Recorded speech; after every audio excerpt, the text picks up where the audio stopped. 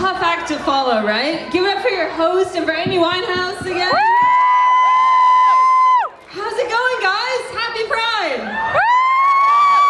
This is so great, very exciting. I'm a Justin Bieber tribute act. That's what I'm doing. This is my first time in Essex, guys. It's really exciting. I got out of the train and I didn't know where to go and my Google Maps wasn't working, and then I saw just a rainbow balloon floating up in the sky and I was like, I'll just follow that. I feel like I want to put my foot up like this for confidence. I find that very helpful. Just open up the pelvis. Works wonders. If you ever had a job interview, open up the pelvis. How's everyone doing in the back? Fine, they're fine. Two of them are fine. Guys, I'm from Canada. Like she said, I just moved over from Canada. Anybody from Canada? Good, no, fuck them. Yeah, I moved over. I came over. I canoed across the ocean with Celine Dion. She was at the helm of the canoe, and I came over. My parents are very worried. My parents, Wendy and James. Give it up for Wendy and James, guys.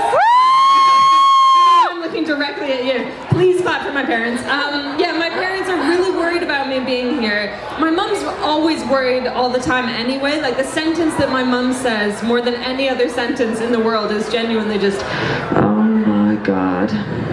That's her level of stress for everything. She's so stressed about me being here today. She was like, what are you doing today? And I was like, oh, I'm going to Essex Pride. Oh my God. Be careful. I don't know what she thinks is going to happen in Essex, but she's worried. And she's worried about me right now because I'm recently single, guys. I'm very depressed. You know what? I never feel like I'm single unless I'm trying to put a duvet cover on a duvet. Do you know what I mean? That's the most lonely task. I get halfway through and I'm like, I'm gonna go write my will. I don't know what the point of this is. But my mom's really worried about me because she was really into my ex. I was in a long-term relation. I feel like I'm bringing the mood down. But I was engaged and I was in a long-term relation. I feel like the first sign you're not mature enough to get married is you're abbreviating relationship to relation. But we broke up in September. And I'm like getting out there. I got Tinder. Are you guys on Tinder? Some of you? Yeah, I got Tinder straight away as soon as I was single, or slightly before I was single, if I'm being honest, because you have to see what your options are. And my mom over Christmas was like, very sneakily, she was like, now that you're single, have you thought about maybe switching it up and maybe playing for the other side for a while? Just brought it, and I was like, maybe, sure. Like, what's that? Hell no. Well, I was like, no, sure. Like I remember in my teens I was obsessed with boys, and when I was 13, because I'm trying to think, like, could I do that? When I was 13, I dated a boy called Ian Peach. Do you guys know Ian Peach? Do you know him? Give him a boo, guys. Boo Ian Peach. Ian Peach, we went out for 6 months. And Ian Peach broke up with me on speakerphone while all of his friends were listening, and they were all laughing. I know! Thank you. I mean, 80% of you are like, yeah, fine, that's normal. That's how we break up with people here in England. No, it was the worst. And he was playing our song over speakerphone, which was Aerosmith, Don't Wanna Miss a Thing. That was our song because we slow danced to it and he got a semi. So that was our song. No, it was great. And he was like, look, I don't think we should see each other. And then I heard these peals of laughter, realized it was a joke. I'm over it now. Like, I never even talk about it publicly. But I was doing an interview recently for like a magazine, and the structure of the interview was 10 rapid fire questions. So it was like, they were like, yeah, just say the first thing that comes into your head, rapid fire. And it was easy stuff. It was like, who's your favorite Spice Girl? What's your favorite thing about England? Mel B, right? But yeah, same answer to both those questions. Then we get to the final question. They're like, rapid fire. Last question, rapid fire. Why are you gay? Why do you think you're gay? As a rapid fire question. And I was like, just like panicking. I was like, I don't know. And trying to think of something. And I think if I'd had any time to think about it, I would have come up with something like vaguely progressive. Like, I think labels can be divisive, and I don't feel the need to identify as anything other than a human being. But I panicked and said, maybe Ian Peach in grade 9. The first thing that came to my mind was Ian Peach's face, genuinely. And then what they've quoted me as saying, I wish I had written this as a joke, but you can Google the interview, the 10 of you who care about this very sad story that I'm telling, weirdly, at your Pride Festival.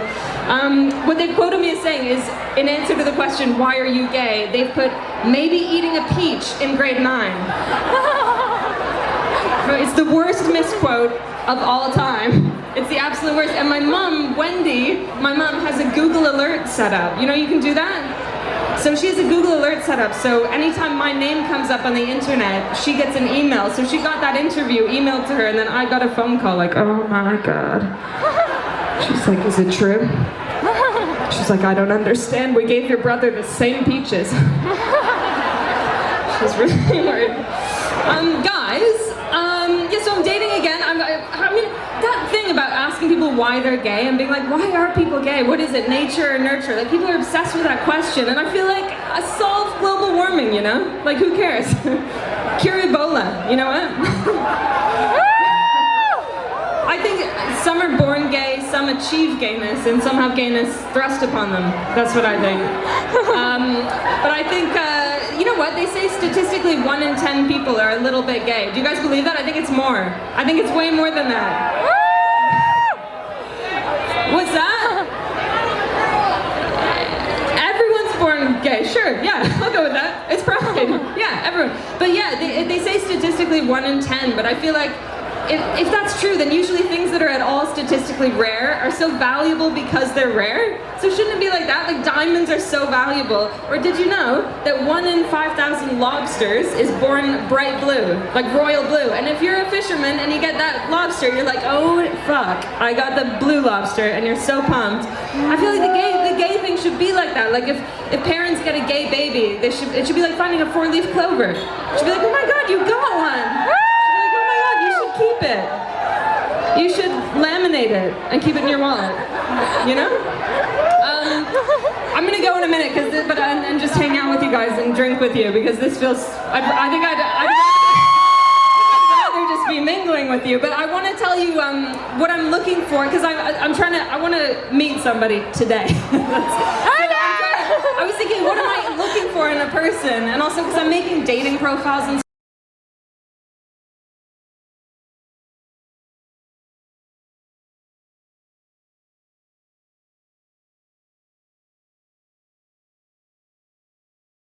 Also, because I'm making dating profiles and stuff, I'm like, what am I looking for? So I've come up with a list of like the 5 things that I'm really looking for in a person. Because I realize like gender's quite far down the list. I'll date a girl, a boy, a girl, boy, a boy, girl, I don't care. So this is my list, guys. Maybe you can relate to some of the things. Here we go. Ready? Ready, guys?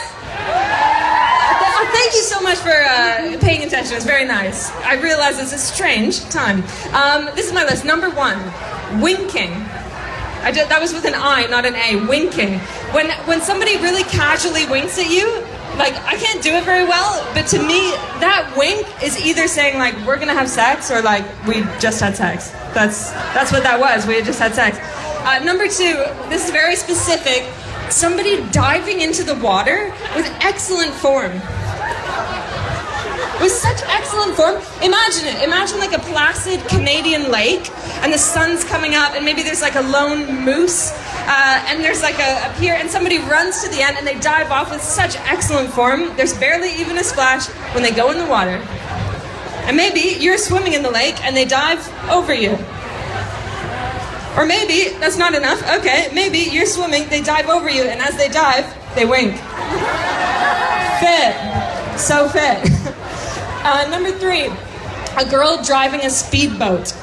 So this is, again, very specific, like a diesel-powered speedboat on a lake. I think this comes from, I used to go to summer camp as a child, and always, like, the job of driving the water skiing boat was given to, like, the alpha female camp leader, and she'd be this, like, blonde, like, with, like, a tattoo, and about 19 years old, and with sunglasses and a hoodie, driving the water ski boat, and her name was Katie Anderson. Katie? You can add her on Facebook. Next one, somebody buying me a drink when I haven't requested one. So kind. I'm just saying that so I can get a drink later. But you know what I mean? I like when someone even presumes what I'm drinking. So like I might be having a pint, and then somebody comes up and they're like, gin and tonic?